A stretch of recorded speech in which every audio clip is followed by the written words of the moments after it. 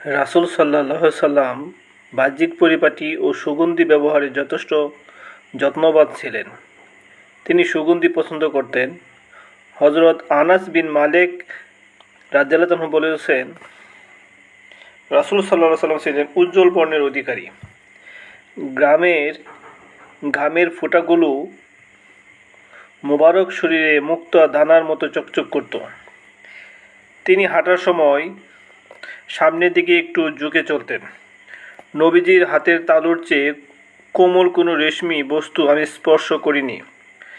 রাসূল সাল্লাল্লাহু আলাইহি সাল্লামের শরীরে সুঘ্রাণের চেয়ে অধিক সুরভিত কোনো মেশক আম্বারের ঘ্রাণ আমি গ্রহণ করিনি।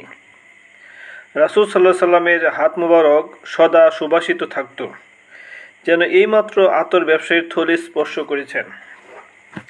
ছড়িয়ে পড়া সুঘ্রাণে অনুভব করা যেত যে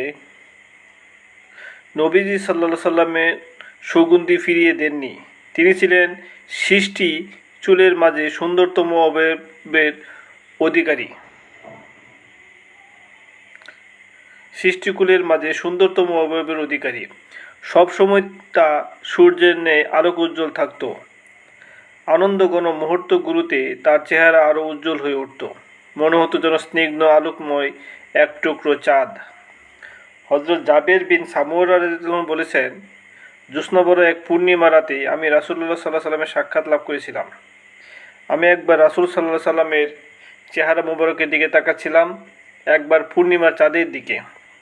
নবীজি সাল্লাল্লাহু আলাইহি সাল্লামের পরনে ছিল ডোরা কাটা একটি লাল বর্ণের চাদর। তাকে আমার কাছে চাঁদের চেয়েও সুন্দর মনে হয়েছিল।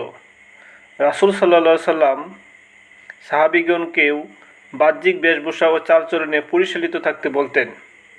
হযরত আবুল আওয়াস রাদিয়াল্লাহু আনহু বলেছেন, একবার আমি রাসূলুল্লাহ সাল্লাল্লাহু আলাইহি সাল্লামের কাছে উপস্থিত হলাম। আমার পরনে ছিল নিম্নমানের চাদর। তিনি আমাকে বললেন, তোমার কি কোনো ধন সম্পদ নেই? আমি বলেছিলাম, হ্যাঁ আছে। রাসূল সাল্লাল্লাহু আলাইহি সাল্লাম বললেন, কি আছে? আমি বলেছিলাম, ক্রীতদাস আছে, আছে ঘোড়া, মেষ, গাভী ইত্যাদি। রাসূল সাল্লাল্লাহু আলাইহি সাল্লাম বলেন, আল্লাহ যখন তোমাকে সম্পদ দিয়েছেন তার নিয়ামত ও অনুগ্রহের প্রকাশ যেন তোমার মাঝে থাকে।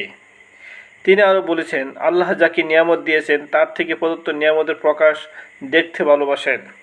হযরত জাবের বিন আব্দুল্লাহ রাদিয়াল্লাহু আনহু বলেছেন, একবার রাসূলুল্লাহ সাল্লাল্লাহু আলাইহি সাল্লামের বাড়িতে এলেন। তিনি এলোমেলো কেশধারী এক ব্যক্তিকে দেখে বললেন, সে কি তার চুল পরিপাটি করে রাখার জন্য কিছু পাচ্ছে না?